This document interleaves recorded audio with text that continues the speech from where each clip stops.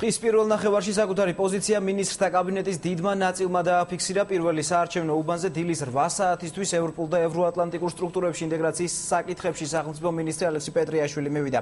საპარლამენტო არჩევნებისგან განსხვავებით საპრეზიდენტოზე ხმის მიცემის უფლება გამოიყენა ბიძინა ივანიშვილმა. პრემიერი უბანზე ოჯახთან ერთად მევიდა. ქვეყნის პრემიერი, რომელიც პოსტს ერთ კვირაში ტოვებს, წინა არჩევნებისგან განსხვავებით ამჯერად ხმის მიცემის უფლებას იყენებს. ორმაგი მოქალაქეობის მქონე პირებს ეს უფლება საპარლამენტო არჩევნებამდე მიენიჭათ. პრემიერი ივანიშვილი ოჯახის წევრებთან ერთად თბილისის მეოთხე საარჩევნო უბანზე ზუსტად 11 საათსა და 12 წუთზე მივიდა.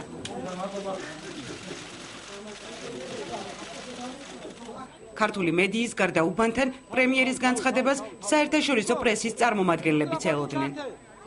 Ჩვენი მოსვლიდან ერთი წლის განმავლობაში რაც მოხდა, უფრო სწორად თუ გნებავთ, 2 წლის განმავლობაში მის შემდგომ რაც ჩვენს ოპოზიციაში მოვედით, რაც გავაერთიანეთ საქართველოს და ვაჩვენეთ როგორი პოზიცია აქვს საქართველოს მოსახლეობას.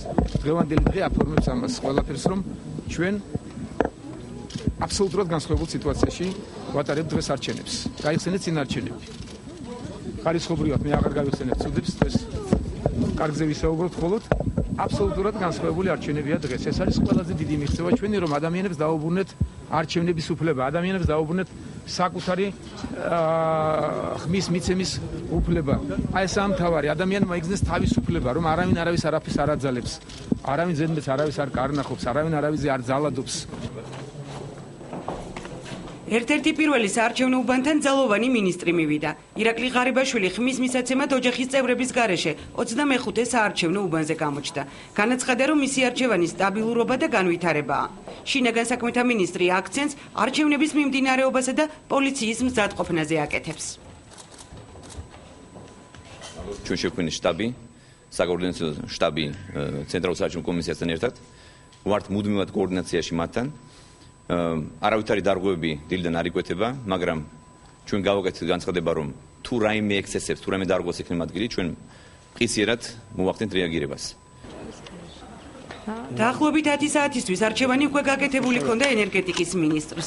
კახი კალაძე მედიასთან მოკლე კომენტარით შემოიფარგლა და განაცხადა, რომ ისეთ საქართველოს მისცა ხმა, სადაც თითეული მოქალაქის თავისუფალი, დემოკრატიული საქართველო 7 პოლიტიკური საქართველოს, სადაც თითეული ჩვენი ქვეყნის მოქალაქის ინტერესები იქნება დაცული. კოლეგა მინისტრებისგან განსხვავებით მინისტრთა კაბინეტის კიდევ ერთი წევრი ირაკლი ალასანია ხმას რეგიონში აძლევს. ზუგდიდის 30-ე საარჩევნო უბანზე ის დაახლოებით 10 საათსა და 30 წუთზე საკუთარი არჩევანის გასაკეთებლად გამოცხადდა. ამ საარჩევნო სიაში იგი 2012 წლის მარტიდან ირიცხება. ჩემი არჩევანი არის არჩევანი ქვეყნის მომავლისკენ, ჩემი არჩევანი არის პროგრესისკენ და მე დარწმუნებული ვარ, რომ ზუგდიდი და ზუგდიდელები სწორედ ისეთ პრეზიდენტს აირჩევენ, ვინც იქნება სავსე პასუხისმგებლობით და ყველაზე მთავარს ქვეყნის ღირსებას და ქვეყნის ინტერესებს დააყენებს საკუთარი საქმიანობის მთავარ ქვაკუთხედად.